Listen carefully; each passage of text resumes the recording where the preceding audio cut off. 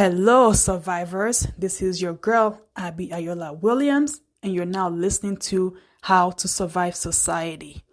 How to Survive Society is a weekly podcast that features survivors. These are people that have been through the ringers in life.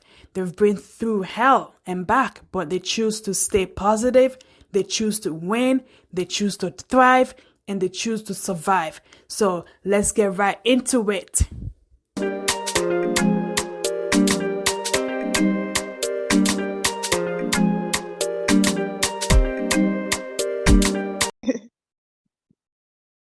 Hello, survivors. Thank you for tuning in to another episode of How to Survive Society.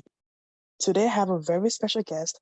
Her name is Fitz Koehler, and she is a prominent and compelling fitness expert. She also does race announcing in America. She's the voice of the Los Angeles, Philadelphia, DC Wonder Woman, and more.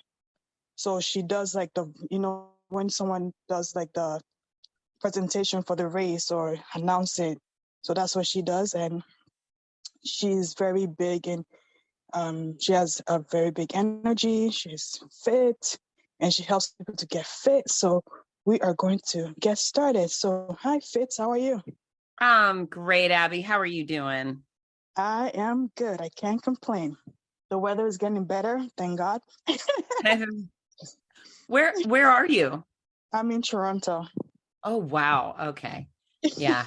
Yeah. I'm in Florida. So it's tank tops and flip-flops right now. So beautiful.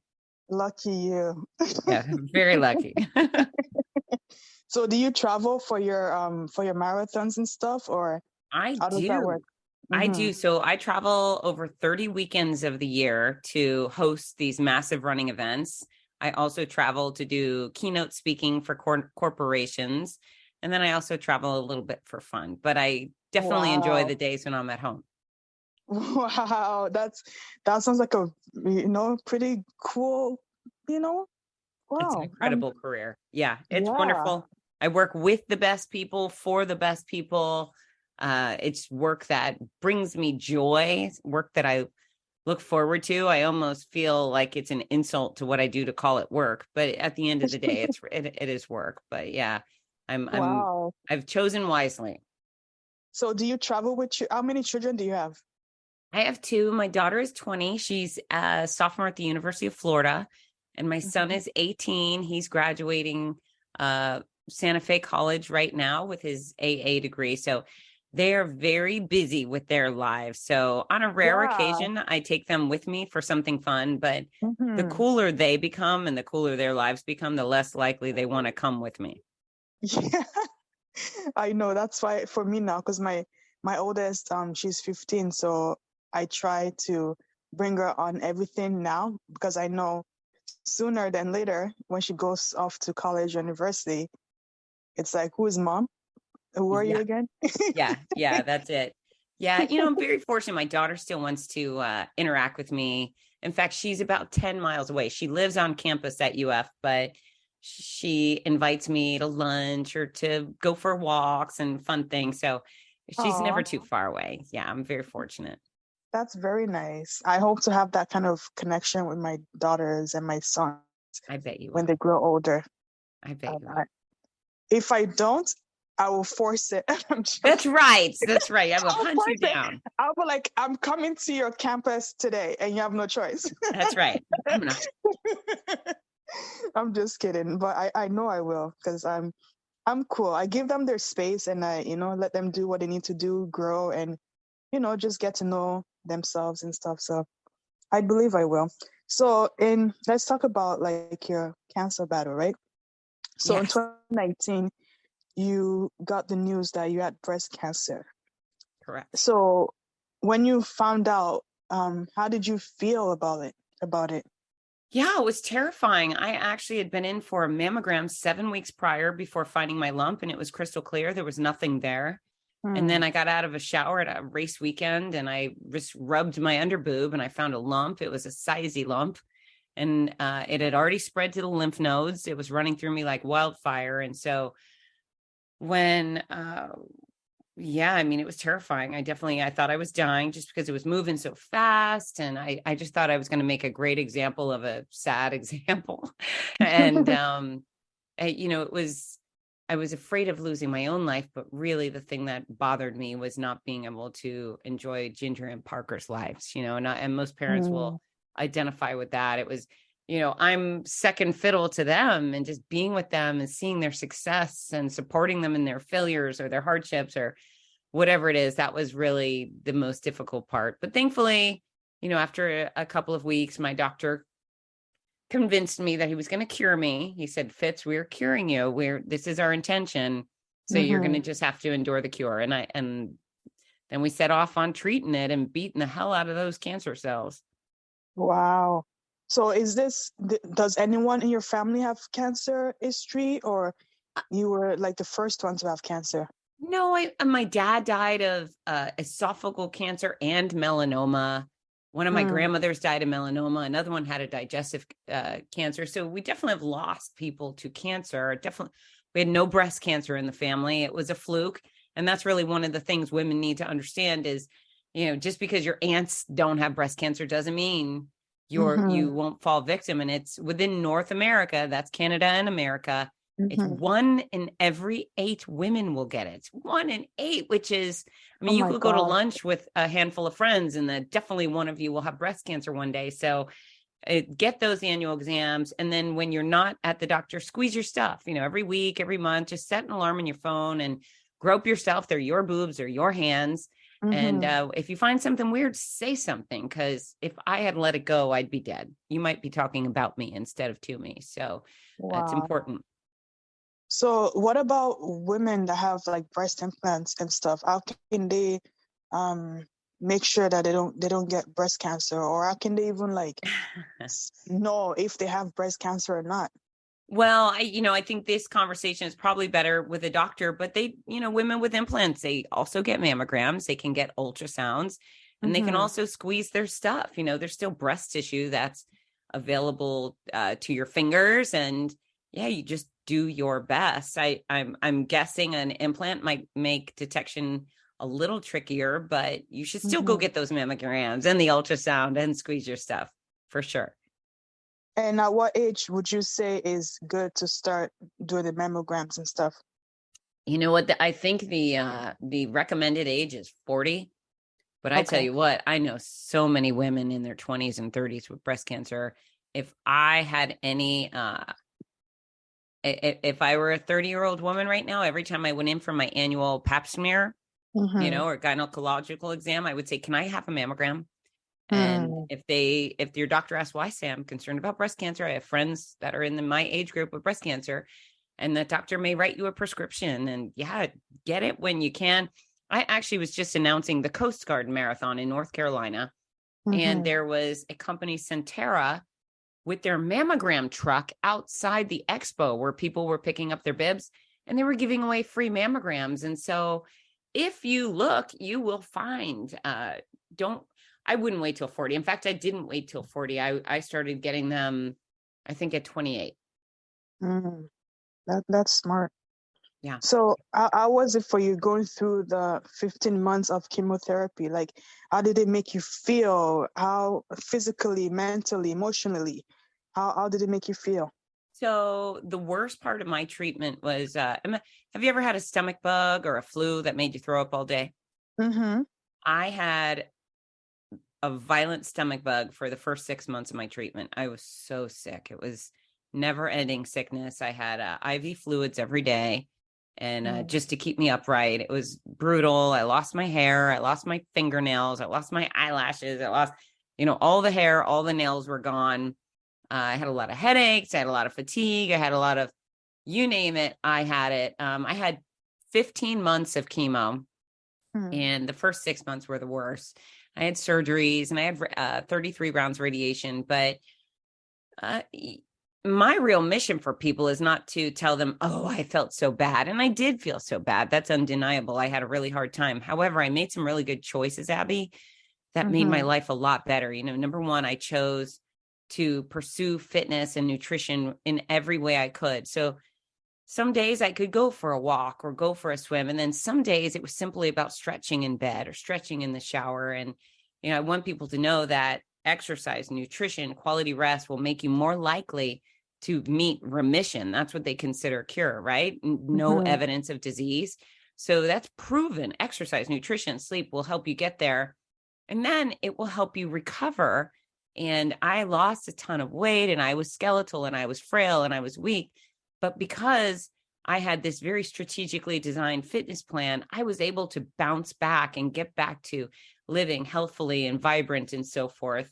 The other decisions I made, which were more valuable than anything, were upstairs in my head. Number one, I chose to use perspective. I never thought, why me? When I look Mm-hmm. around and I see babies with cancer, those babies didn't do anything to deserve cancer. So Yeah. I know that, why not me? Anybody's susceptible. I'm really grateful I was diligent, and I found my own lump so I could so there was a cure for me. Yes. So perspective, not having pity parties. I know that someone always has it worse, and I focus on that fact. I kept thinking, well, I'm an adult with cancer, not a baby with cancer, and it's not my kid with cancer, so I'll be grateful. I Mm-hmm. chose to pursue my passions. I decided if my kids were going to have a show, a ceremony, a sporting event, I was going to be there, and I was, no matter what. And then I also chose to pursue my career. So those are the two big things in my life, my kids and my career. And because I did not stay home, and most people would tell their person with cancer, oh my God, you can't get on a plane. Oh my God, you can't travel, stay inside, isolate. I think that's really bad advice. I think isolation leads to depression and deterioration. Instead, I got on those planes, and was it hard? It sure was. But no matter how sick I was, when I showed up at those start lines, Mm-hmm. everything that was wrong with me disappeared when I stepped onto my stage. I wasn't sick. I wasn't tired. I didn't have headaches. All the things that were wrong evaporated because I was doing the thing that I love with the people that I love. It brought tremendous adrenaline. And for at least 8 hours or 5 hours, however long the race lasted, I got to be full force Fitz Koehler again. And so, obviously what I do is pretty interesting and unique and high energy, which is, probably something most people might not think you could get up for with cancer. However, I want people to do the things they love, no matter what's going on in their life. If you love art, do it no matter what. If you love music, do it. If you love dogs or pets, or, you have to decide what your passions are. And if stuff hits the fan, if you are injured, if you are sick, you need to still incorporate those passions into your life, because those are the things that will lift you up out of the darkness. And then also every day, you don't have to wait till you're sick to decide to keep those passions. Every single day you should do something nice for yourself. And that is the thing that makes you happy. So it was perspective. It was my passions. I chose to be positive. You get no extra points for being the saddest, most pathetic girl in the room. I might have looked like the most pathetic girl in the room, but I would have a cry. I would maybe cry for 10 minutes or whatever. I probably cried every single day because it was very stressful and very hard. But then I would dry my tears and I would get on with it. And, it's not about being inhuman and not being sad. It's just about not basking in grief, not wallowing in it, because I believe that's really detrimental. So yeah, I made those decisions, and, got me through it, Abby. I really, it was difficult, but I made lemonade. I made the best of a bad situation, and others can do it too. That's why I wrote the books. Wow, that's amazing. So you pretty much are saying, don't let what's happened to you dictate how you go about in life. Like, just still do what you love, still be yourself, and Yes, get out of your own way. Because I know sometimes, especially if you're going through chemo, you said like you lost your hair, your nails, your eyelashes. Some people be worried about, oh, how do I look? Like, people are going to be looking at me like I'm an alien, or, they'll be more worried about that than, living their life and just not being, throwing a pity party for themselves. So I commend you for, taking charge of your life and saying, you know what, I'm not going to let cancer stop me. I'm still going to do what I love, and I'm still going to be me, no matter what I look like on the outside, because it doesn't really matter what you look like on the outside. It's about what's inside. So that's great. So my question to you now is like, were you fit and eating healthy before your Yeah. breast cancer? Yeah. Or was So after? Okay. I'm a fitness expert. I walk the walk. I was an Mm. athlete and a vegetarian, and I did everything right. And where I don't want people to say, "Oh, well, she exercised and ate right, and she still got cancer, so I'm not going to do it." That's a moronic thought process. That sets you up for diabetes and heart disease and all sorts of other cancers.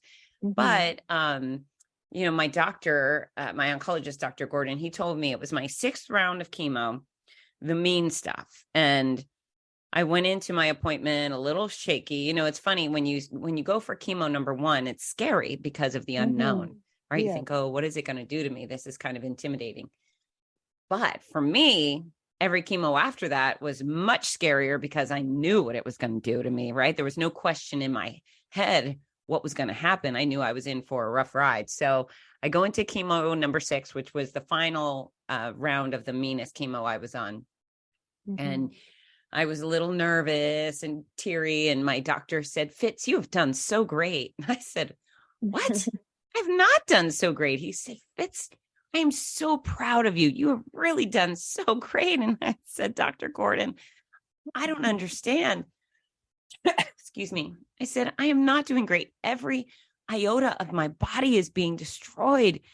The suffering beyond imagine, And he said, "Fitz, it's not that you're not suffering. I know you're suffering greatly." He said, "However, if you were not so healthy and fit coming into this experience and so committed to health and fitness while you went through it," he said, "you wouldn't have been able to travel all around America doing the work that you do." He said, "If you were not so healthy and fit, you likely would have been hospitalized for a month. You might have had a feeding tube, which would have made you susceptible to infections and all of these other things." So he said, "You are suffering, but you're having more travel and adventure than most healthy people do in a decade. So you've done great, and your health and fitness has paid off." And so that really was an aha moment for me. My exercise did not prevent my hair from falling out. It did not prevent my digestive system from falling prey to those miserable, wonderful drugs that saved my life. But it did allow me to, walk through the fire. I wasn't crawling, I was walking, and sometimes I was charging through it. So it's interesting. The chapter number 1 of Your Healthy Cancer Comeback, Sick to Strong, my newest book, chapter 1 is called Control. And that's really where I want people to go is, okay, you're clearly you can't undo the fact that you have cancer right now, but what control can you take? And you have a lot of control. Patients have a lot of control. And if they execute that control, they make themselves, again, more likely to survive, but they make the whole experience far less horrible. And that means a lot. That's a great advice. So take control. So let's say someone's going through chemo right now and they're listening and they're really weak and tired. What advice do you have for that person to get more, get more fitness into their life? Because I know sometimes it's tough to have that will power to get up and say, okay, I'm going to go for a walk, or I'm going to go do this. So what would you tell that person? How can they even start? Right. So first of all, they need to get Your Healthy Cancer Comeback. That's the guidebook. It will walk them through it. But the answer is baby steps. You cannot expect tremendous things out of a body that's been beaten up by cancer, right? And if you try to do too much, the backslide will be pretty rough, especially for a body that's going through treatment. So it's do what you can when you can. And so in the book, I'll say chapter 8 is called Everything Exercise. There's hundreds of photos that are regular exercises. This is how to work your chest and your quads and your triceps, standing up with bands and dumbbells and so forth. But let's say you can't stand up and exercise. Well, here's dozens of photos of exercises you can do sitting in a chair. And then let's say you can't even get out of bed. Okay, well, here's dozens of photos for exercises you can do lying in bed. And then let's say like me, I was very sick. So I was always in the shower trying to clean off. And every time I got in the shower, I would stretch. And so there's dozens of photos there to guide people through stretching in the shower. And that was really a wonderful place for me. I would turn on YouTube. I would pull up Jerry Seinfeld performances or interviews. And so I would just sit in the shower and stretch and let the warm water fall over me. And I would laugh. I would listen to this guy who made me happy. So exercise, you can do it. Some people go through chemo and they can run marathons, and good for them. I wasn't that person. But it's about doing what you can when you can. And, nutrition becomes very difficult at certain points, depending on what type of cancer you have and what type of treatment you're receiving. But, if you can make a choice to choose something nutritious over, there's foods that help and foods that hurt. Constantly lean towards the foods that help. Exercise and nutrition have been proven to boost your immune system and make your body a far more hostile environment for cancer. And so, do you want to give cancer the things that are going to allow it to run free, whoopee, through your body and grow at warp speed? Or do you want to make your body a force to be reckoned with? And all of a sudden the cancer says, well, I can't do it anymore. This person eats too many, healthy foods and is depriving us of our ability to grow by exercising and depleting that energy. So yeah, it's do what you can when you can, only with baby steps. Never do too much. Just always try to do a little more than you did the day before. And eventually you'll get there. That's great. That's amazing. So how many books do you have in your Cancer Comeback series? So I have 3. The first one is called My Noisy Cancer Comeback, Running at the Mouth While Running for My Life. That one's a memoir.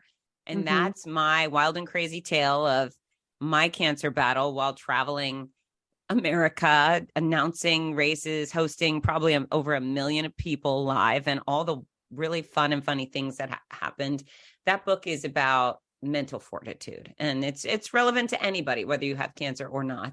And then the next one is Your Healthy Cancer Comeback, Sick to Strong. And really, this is the thing that hopefully every person who's diagnosed with cancer will immediately have this book in their hands, because this will take you through diagnosis to the beginning of your treatment to, full recovery, athletic after. It's the guidebook, the blueprint. It's everything you need to know from point A to point B within your cancer journey and recovery. And then the Healthy Cancer Comeback Journal. And the journal is so much fun. They're all bright, cheery books. They're not pathetic and sad like a lot of decor is that's in the cancer community.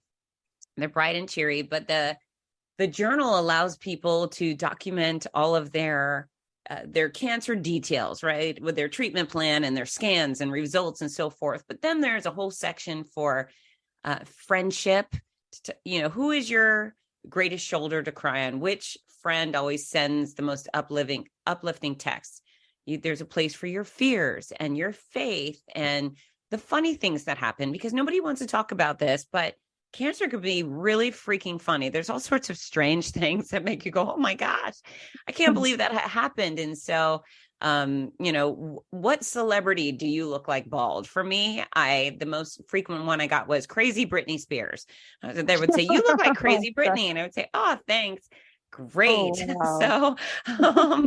So Noisy Mannequin was another good one. So, and I never wore a wig. So it was me and my bald head out there on parade. And there was always somebody saying something funny. So, there's a funny section. And then the back half of the journal is fitness logs to help people log and track their progress from sick to strong. So all 3 of these books I'm really proud of. All of them are, doing great things to help people through their cancer experience. And I'm very proud of them.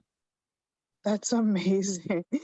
And I like the fact that you see like your journey from a funny aspect, Yeah. because sometimes we take ourselves too seriously and we wallow in our sorrow and pity and all that, and that doesn't help, So I commend you once again for, just taking charge of your life. Thank you. Because that's very, very important. So what's the most exciting thing about being a race announcer? Because I don't think I know any race announcer. So you're the first person that is in this kind of job that I'm talking to. So what's that like? Oh, it's incredible. It's me on a stage, sometimes versus 30,000 people. And it's probably the best part of my year. It's so much fun. As a fitness expert, I'm always trying to convince people to exercise. There's a lot of arm twisting involved. On race day, I show up on a stage and some race organization has said, you know what, here's 27,000 people that have decided exercise is a good idea. Make sure they know what to do and that they have a really great time and they feel really special. And so I just think it's so much fun. I know a lot of people would be afraid to speak on a microphone to people, to that size people, but I feel like we're one big family and the music's great. It's my music. I mix it and it's just, I love it. I love serving these people. I love making them all feel special and happy and congratulated. It's pure joy. That's amazing. So where can people get your books? Oh, well, they're available wherever books are sold. So Amazon, Barnes and Noble, you name it. For my Noisy Cancer Comeback, there's an audiobook that is with all the audio retailers. But yeah, worldwide, these books are probably everywhere you like to buy books. Now, I love it when people buy books straight from me at fitzness.com. That's FITZ as in zebra, N as in Nancy, ESS.com. These books are on sale through me, and every book that leaves my office, I sign for you. And then I include a fun free gift with purchase, and I wrap it up beautifully because I want my readers to feel special. So you can get the books anywhere, but I love it when you come through me to get them. Perfect, because you make my money that way. That's just And the reality of it. Yes, that too. Yeah, for sure. So before we go, Fitz, is there any last thing you would like to leave with the audience, the listeners?